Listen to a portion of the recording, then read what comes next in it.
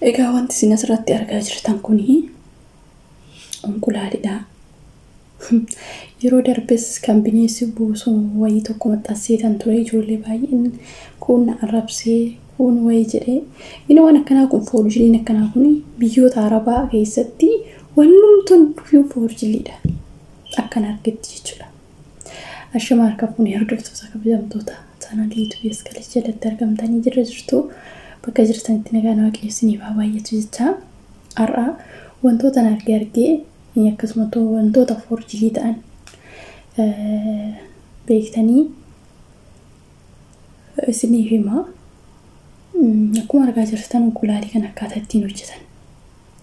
Ani indaaqoon baay'inaan biyya Arabaa kana keessatti baay'inaan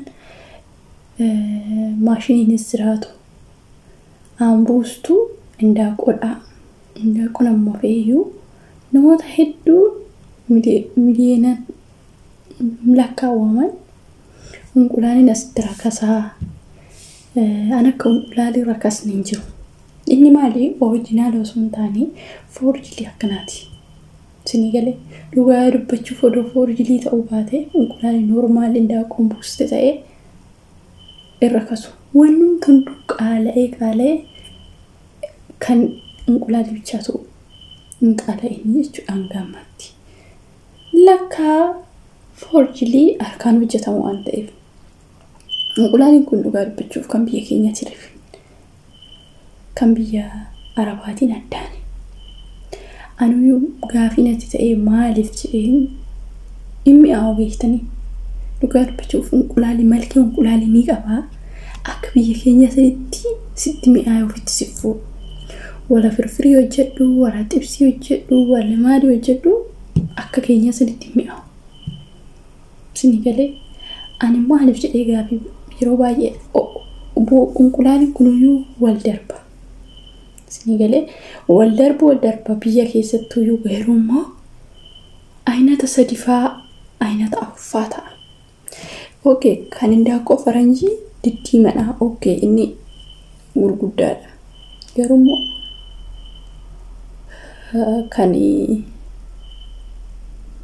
kan biraammoo injira. Aduma ta'eyyuu gurguddaan akka malee gurguddaan injira. Aangosa dhaanquu sadii ishii boora san sadii of keessaa qabtu jira. Isa afaan indaaqoon akkamitti buusti. Ani biyya Itoophiyaa keessatti muulla unqulaalii kana hin argine. Nus indaaquma qabna. Indaaqoon hin argu anuma indaaqoo biyya keenyatti. Akkamitti gaafii gaafanitti ta'ee miidiyaa kanarratti ilaalee jedhu unqulaalii harkaan hojjetama foorjilii. Wannumtuu hunduyyuu dhugaa dubbachuu biyya kana keessatti wanti nyaata salaaxan wanni hundumtuu foorjilii. Foorjilii gaafa siin jedhu beektanii foorjiliin kun gaafa nyaatan beektanii uumaa siin fayyadu. Foorjilii waan ta'eef oriijinaal xiqqoo waan nyaatte faayidaa siif qaba. Garuu foorjiliin kun nama dhukkubsa malee waan faayidaa qabu takka miti jechuudha. Isinii galee ani maaliif hundumtuuyyuu amma akka biyya keenya isaatti maaf hin mi'oofne kashafa waan bakka xiqqoo ishee inti rakasa ta'eef immoo biyya kana keessatti rakasa ta'eef immoo akkamitti amma fakkeenya injiraa miti biyya keenya keessayyuu foorjiliin hin jira. Foorjilii akkamitti jiraatanii amma beeqalaa fudhannee beeqalaan wanta ta'een jechuudha. Akkuma taakiltiitti dhaabbama. Isaan booda torbee tokkotti kan ga'u injiraa miti.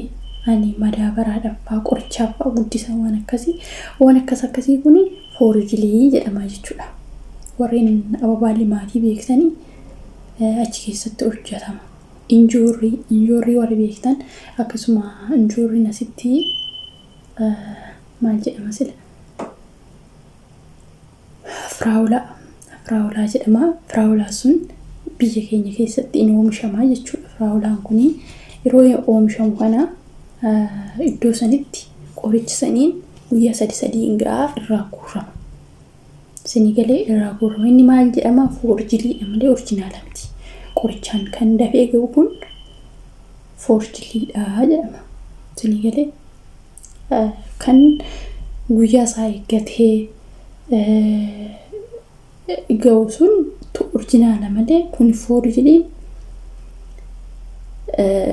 faayidaa hin qabu jechuudha. Ana akkasii ammas unqulaalina biyya kana keessatti unqulaaliin biyya kana keessa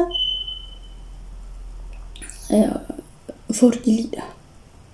Kanaafuu ani amma ergan unqulaalii dhiisee tureetiin jira garuu warri nyaatan wantoota akkana kanarraa of eeggannoo godha.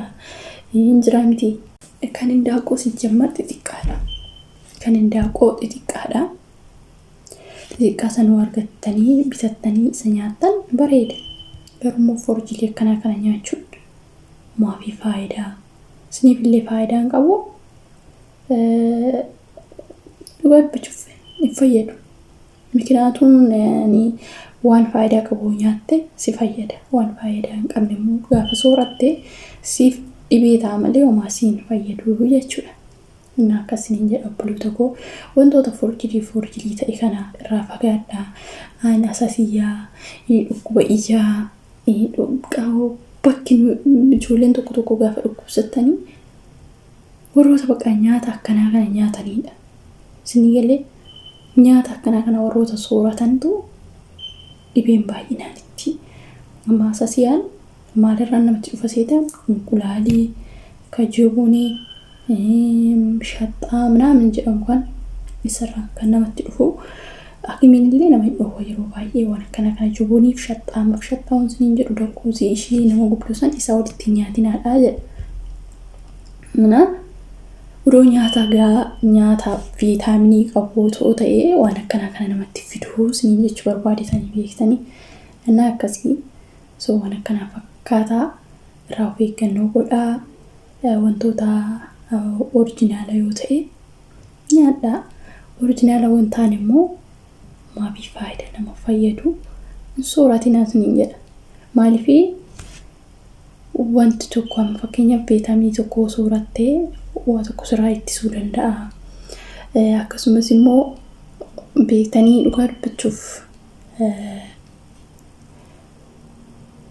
hin jira viitaaminii hin jira. Viitaaminii san gaafa nyaatte hanqina saniif gaariidha. Amma fakkeenyaaf mataan gaafa mataa afaan namarraa ciccitu gaafa buqqa'u viitaaminii dhabdee gaafa jedhanii viitaaminii suni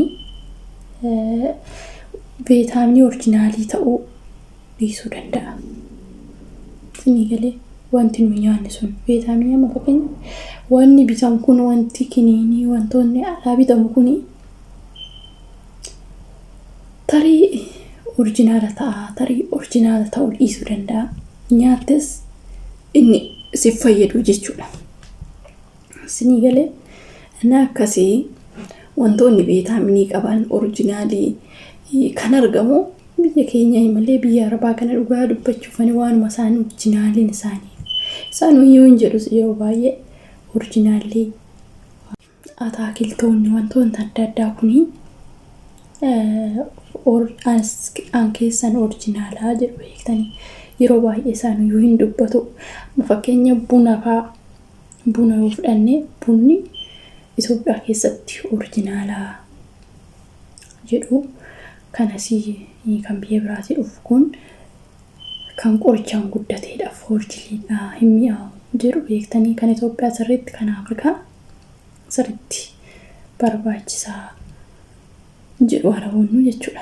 Inni akkasii keenya biyya qilleensatii biyya roobatii kanaaf isinii jechuun jaalladha. Naa turtii gaarii qabaadhaa. Nagaa naa turaa. Warreen immoo YouTube kanaaf haaraa taatanii laayikii subscribe gochuu hin dagatinaa isiniin jedha obboloota koo. Nu jajjabeessaa.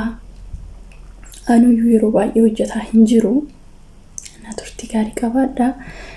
Viidiyoo biraatiin hanga walitti deebinutti nagaannaa tura.